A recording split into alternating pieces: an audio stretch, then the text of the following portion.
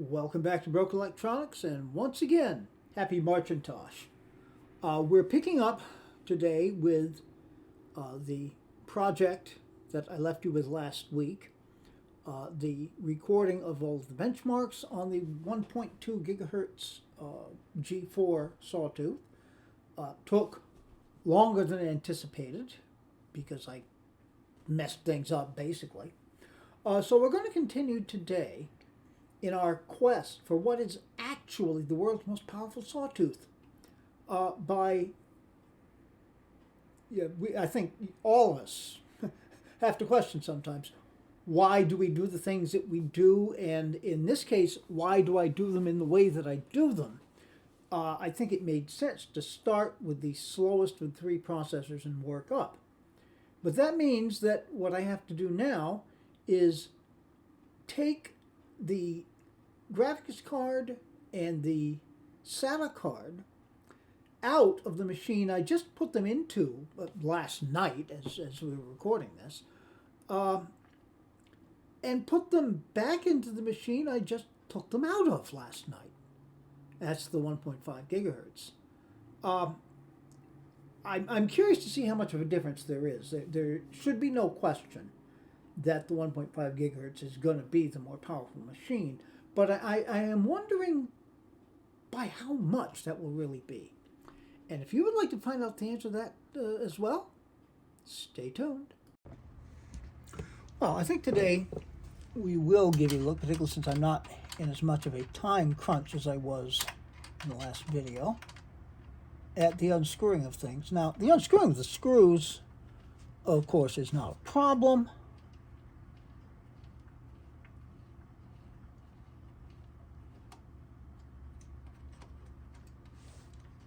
Maybe it's not a problem. Okay.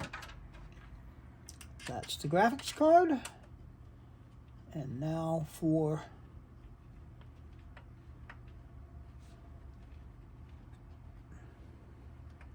the SATA card.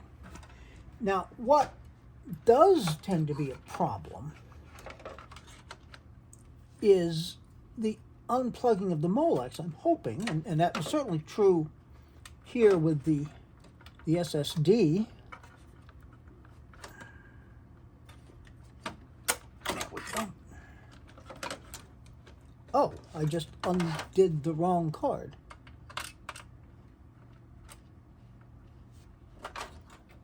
That's the Firewire 800 card. Oh well, no harm done. Okay, so we've got that done. And we can just handily put that right back into the PCI slot it vacated from last night.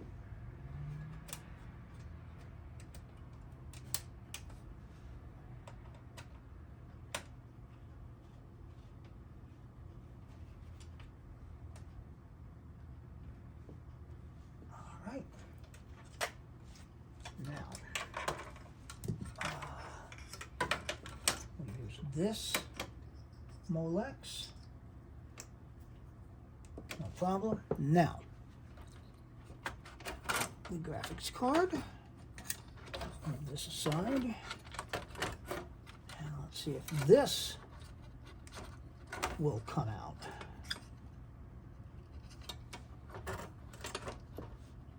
Yes. It was a struggle yesterday.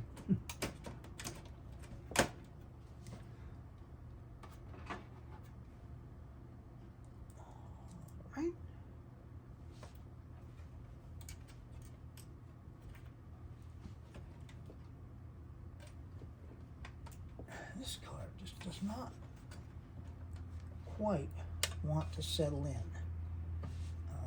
Maybe because it's actually designed for a Power Mac G5.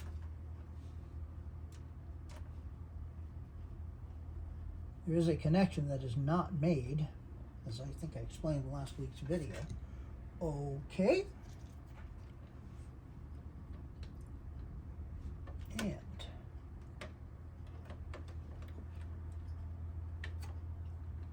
where are we going to connect this guy? You can connect it right here. That should be fine. Okay. All right. Close her up. And I will eventually be putting this back together. So, let's get it booted up. Stay tuned. Well, here we are on the desktop of the original world's most powerful Sawtooth. If you've seen this desktop before, you'll recognize just as I did in the 1.2 gigahertz machine, I disconnected all of the other drives but the one partitioned boot drive.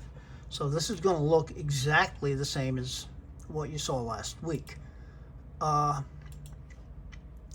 here, of course, is our difference. We have the 1.5 gigahertz PowerPC G4 as opposed to the 1.2 gigahertz. And that's really the only difference. In terms of our cache, we've got 2 megabytes of L3 cache and that 256 kilobytes of L2 cache. And graphics and displays, of course, remain exactly the same. One thing I did do, I did boot my PowerMac G5 Quad into Tiger and compiled a fresh copy of 10.4 Fox. Be interested in seeing how that compares to the Interweb PPC build, which came off of Wicknick's GitHub page. Okay. But enough blabbering here.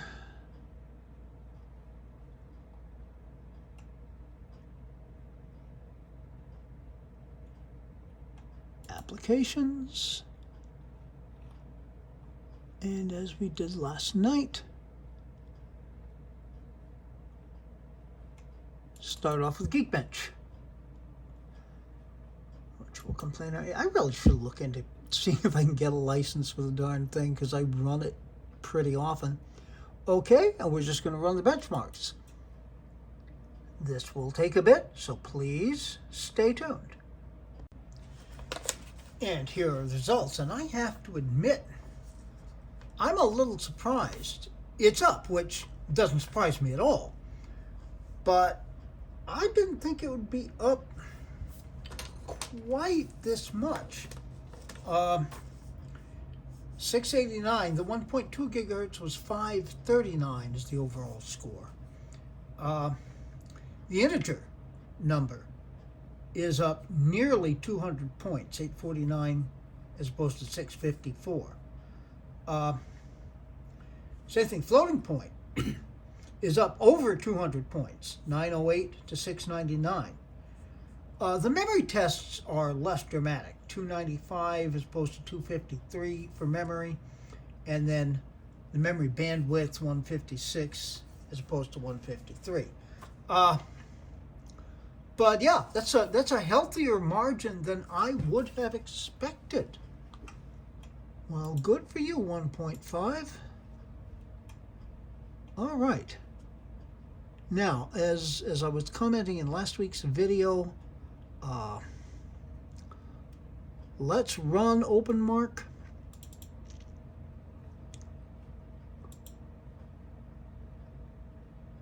As I was telling you, I am expecting the score in the 1.2 gigahertz machine was 9,331.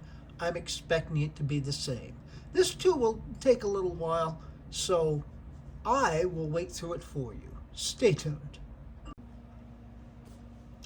Well, the test is done.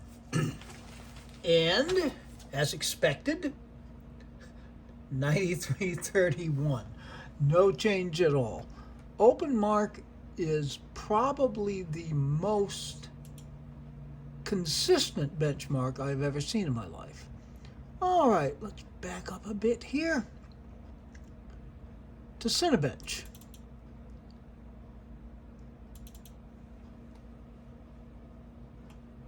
2003 version. Start all tests. Now, many things have changed in Cinebench in the nearly 20 years that have intervened between the release of this version and today. One of those things that has not changed, though, is this test takes a long time. The bad news is I'm going to have to sit here and wait this entire thing out. The good news is you don't. Stay tuned. And the test is finished. We have our results. And up pretty much across the board, as we might expect, the CPU score for the 1.5 gigahertz machine is 135, whereas on the 1.2 gigahertz machine it was 107. The shading, C4D shading, 148 as opposed to 124. OpenGL software lighting is 405 over 336. Hardware lighting 716 over 630. The first instance of the 1.2 gigahertz actually scoring a little higher was in the OpenGL speed up, which 485 down from 5.1. Why that should be, I really don't know, although it doesn't strike me as a truly significant number, and I'm sure if we were to rerun these tests and rerun these tests and rerun these tests, take an average, which is what I really should do, but I'm not going to, because I have other things I've got to get done. All right, but this is giving us the idea. Okay, so much for Cinebench. And then finally, the standard bearer of PowerPC benchmarks. Well, it's interesting. This version of Xbench continued to function and deliver results that made sense all the way through Mojave. Of course, once Catalina came and 32-bit apps would no longer run, that was the end of Xbench. All right. But this will work here. Okay, and again, we're going to run all the tests. This too takes a bit, so I shall wait this out. Stay tuned.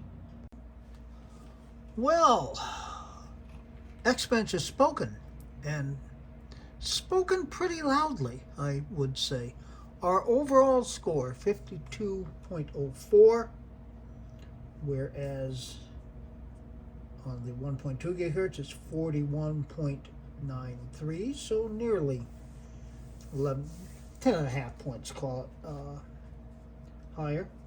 CPU score, a dramatic difference, 77.79, as opposed to 57.66, probably the single biggest difference that we see there. Now the thread test, 5466 as opposed to 43.31. Many of these other tests, the differences are not as dramatic as the CPU, which makes some sense. All right, now the memory test. See where I found this here. Yes, 30.49 as opposed to 30.26, so marginally higher. There's no real difference in the memory. Some system memory 38.23 as opposed to 36.44. The stream memory is actually down a little bit, 25.35, 25.87. That could be differences in the sample, and we could get a different reading on that. That's close enough to be a wash, I think. OpenGL, 64.32 as opposed to 55.16, and I skipped over Quartz Graphics, didn't I? That's a more dramatic difference, 70.96 as opposed to 56.83. User interface, pretty hefty difference here too. 29.35 on the 1.2. It was 19.75. The disk test, we had 145.60 as opposed to 140.35. It's the same disk. It's on the same PCI SATA card. Sequential 96.34 as opposed to 92.44. Random 297.89 on the 1.2 gigahertz. It was 291.41. All right, so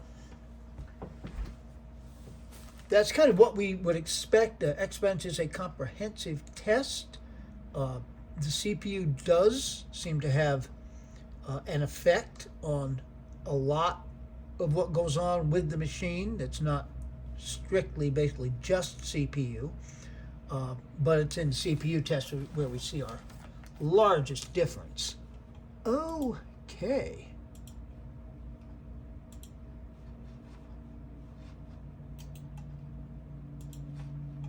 All right. And now, where I was having so much difficulty yesterday, part of it's, I'm making excuses, I admit, but we're going to open Xbench.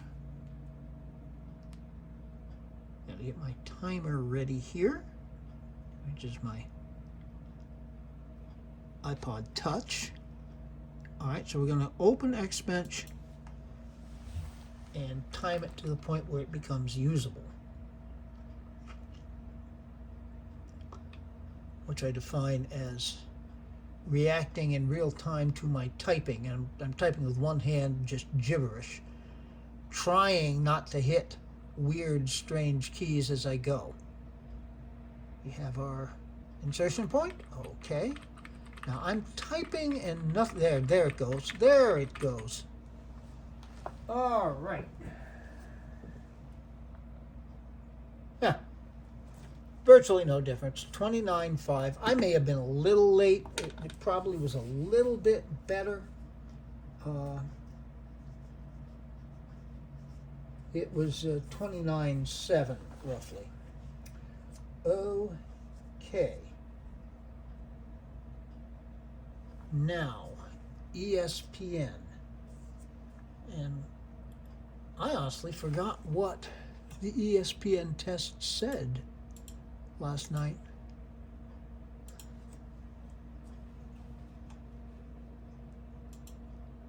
Discard that. Hang on a sec, I need to go check that. I'll be right back. Stay tuned. Alright, sorry about that. I went back and checked the video. Now we're going to start out with Interweb PPC. This is the same exact version as we did in the test, which in real time was run just last night. So I need to get my timer cleared of the NeoOffice test, and let's open Interweb PPC.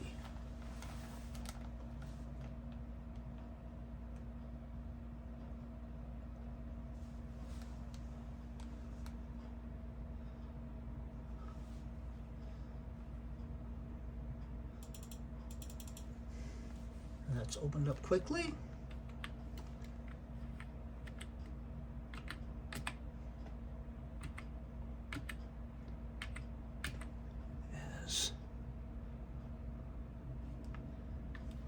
Alright, timer is ready. And we're opening ESPN. Now, the downside about this, of course, is ESPN is a dynamic site. It changes dramatically night to night. So it may be loading more stuff tonight. It may be loading less stuff. But it's going to take a while, so please stay tuned. Well, this is about where I called it last night when I was able to get to the NHL section with some functionality. It's still slow. Last night's 5 minutes, 44.75 seconds. Tonight, 5 minutes, 8.68. So it's noticeably faster, but that could be the site itself behaving differently. All right, now indulge me here. This will have nothing to do. The competition aspect is over. Clearly, the 1.5 gigahertz is decisively. I had wondered if it would be that much. 1.5, 1.2. Yeah, it really is that much. But I want to check out 10.4 Fox now.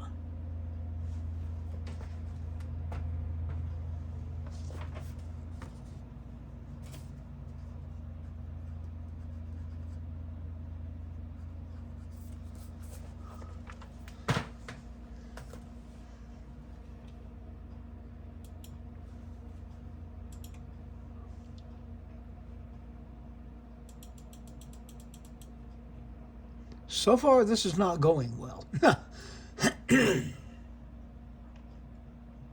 It won't even dismiss this dialogue.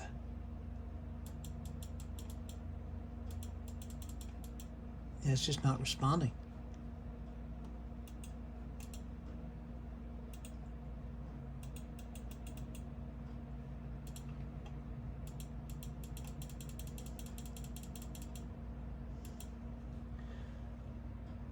Hang on, stay tuned. Well, this is interesting. I managed to force quit it and then start it again. It didn't give me the dialogue, but interesting. It does appear to be coming up faster. Let me wait it through a bit because it's not really responding yet. Stay tuned.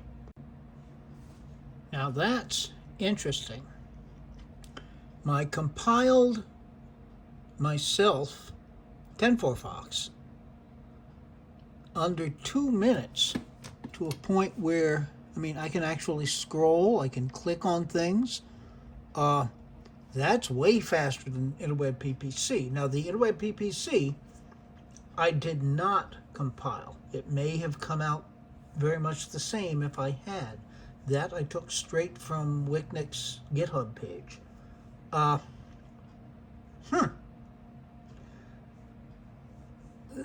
This may be a separate video on comparing 10.4 Fox, and in fact that video may come out before this video does. But that's a very interesting thing. The unfortunate thing is compiling 10.4 Fox yourself for most people is not exactly practical. On the single most powerful PowerPC Mac that Apple ever released, the Power Mac G5 2.5 gigahertz quad core, takes 2 hours and 20 minutes to spin a completed 10.4 Fox. If the less powerful machine you use, the longer it's going to take. I hate to think what it would take trying to compile it on a G3. Might be interesting for a video's point. I'll think on that one. And again, that would probably have come out well before this will, because I'm recording this pretty well in advance of Marcintosh this year, just to make sure everything is ready and set to go. All right, so in any event, round 2 is done, and the clear winner thus far is the 1.5 gigahertz. Now, next week's video will be the interesting one, where we find out, does the 1.5 gigahertz additional L3 cache give it enough of an edge to hold off the 1.8 gigahertz? Now, at what point, this machine is kind of loud, but the 1.2 was even louder. I think that tells me I need to do some maintenance on this CPU fan there. But anyhow, that's going to be an exciting one. So, in the interim, be good to other people. We all need someone to be good to us these days. Be good to yourselves, because any good we do in the world has to start with being good to ourselves. We can make the world a better place. It isn't. So please, take very, very good and careful care in these difficult times Tune in next week absolutely to find out